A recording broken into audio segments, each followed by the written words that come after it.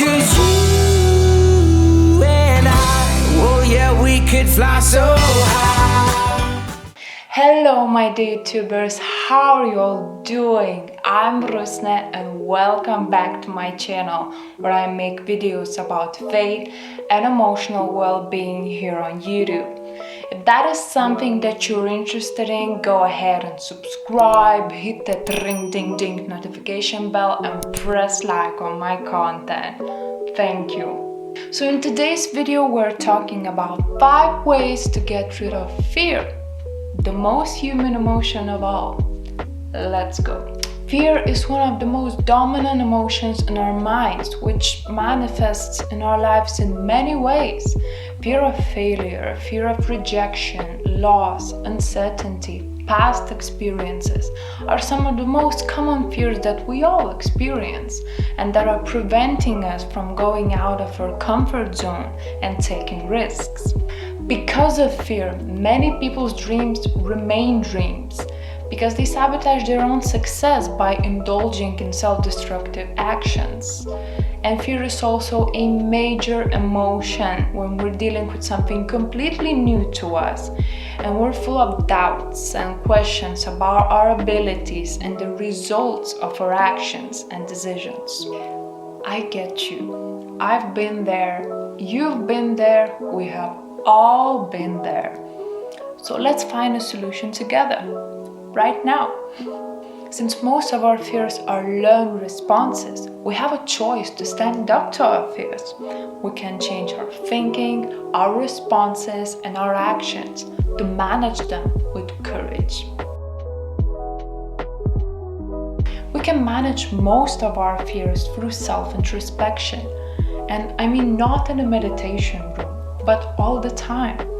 Because when we become aware of our fears, we realize how they arise and what activates them, which in turn can teach us how we can respond to them differently. When we find ourselves in fearful situations, we have a choice, either to let the emotions take control of ourselves or remain in control by rising higher above the situation and let the emotions play out themselves without affecting us. And of course it takes practice and lots of practice, but we can do this. We can all do this. We're all in this together. Many people tend to deal with their fears by surrendering to them, by not taking risks, by avoiding them, or by simply doing nothing. But we have to accept the simple truth that life is all about choices, and in case of our fears, we too have choices to deal with them. Since most of our fears are either irrational or imaginary, we can learn to deal with them with awareness, attention, maturity, and understanding by doing what we fear the most, guided by our reason and being in the present rather than being in our fears and memories of our past. And I know this takes courage and lots of courage, but courage is the main thing that we're seeking here, right? We can also gain control over our fears by imagining them, and we can practice this wherever we are and in whatever situation we find ourselves, because we can always imagine vivid images of objects and situations in which we experience fear, and then learn new responses on how to deal with them. As simple as that, we can dissolve our fears by the power of our own thoughts and images. Boom! Try it! If you're religious, you know that fear is a sign of lack of trust or faith in yourself and in God. You're usually afraid because you do not believe sincerely that God is with you or God is a part of your life. And it's okay because this is by far not the easiest thing to do. And you need practice to achieve a certain level of trust in someone that you can't see with your own eyes. But we can burn our fears and anxieties by offering our lives and ourselves through prayer and actions of kindness to God as a mark of surrender and just accept Him as a real doer and perform our daily actions with complete trust. Attachment does not mean a simple attachment with material wealth or some particular relationship or object, because actually everything that is holding you back from being who you really are is an attachment as well. Your memories, your prejudice, thoughts, anxieties, relationships, fears, love, your anger, your identity, your family,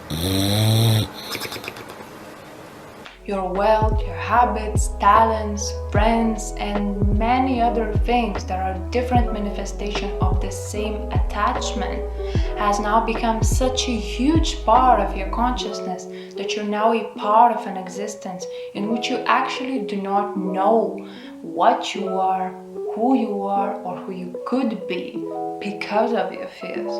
When you overcome this attachment and you learn not to cling to things, you become free, and not only from your fears, but from everything. And the permanent solution comes when you pay attention to all your attachments and learn to deal with them through the right approach, to transcend the fear and the desire to succeed in conquering it by, instead of your attachments, focusing upon some task and doing your best and giving your best in it. So it is much better to do it, for example, for the sake of someone you love the most. And mind that it is possible to love someone and not to be attached to them with certain kind of expectations. Or, as I said, for some cause in which you believe very strongly. When you live for someone you love deeply or for a great cause, your fear and anxiety goes away. Think of a mother who prepares food for her child, or a person who dies for his country, or someone who wants to save the planet or the animals. They do not have time for fear. Let's take an example of Diane Fossey, who lived her life trying to save the primates in Africa. Did she live in vain? No, because she didn't have time to do that. And little by little, her work gave her the inner confidence and courage to conquer any fear.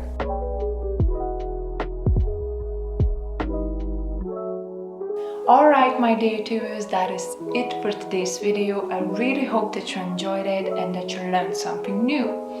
If you like this kind of videos all about faith and emotional well-being, subscribe and hit that ring ding ding notification bell and press like on my content.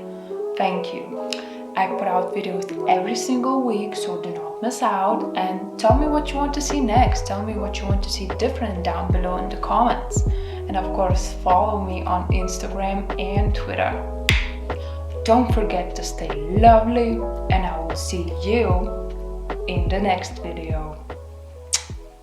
Let this moment pass us by.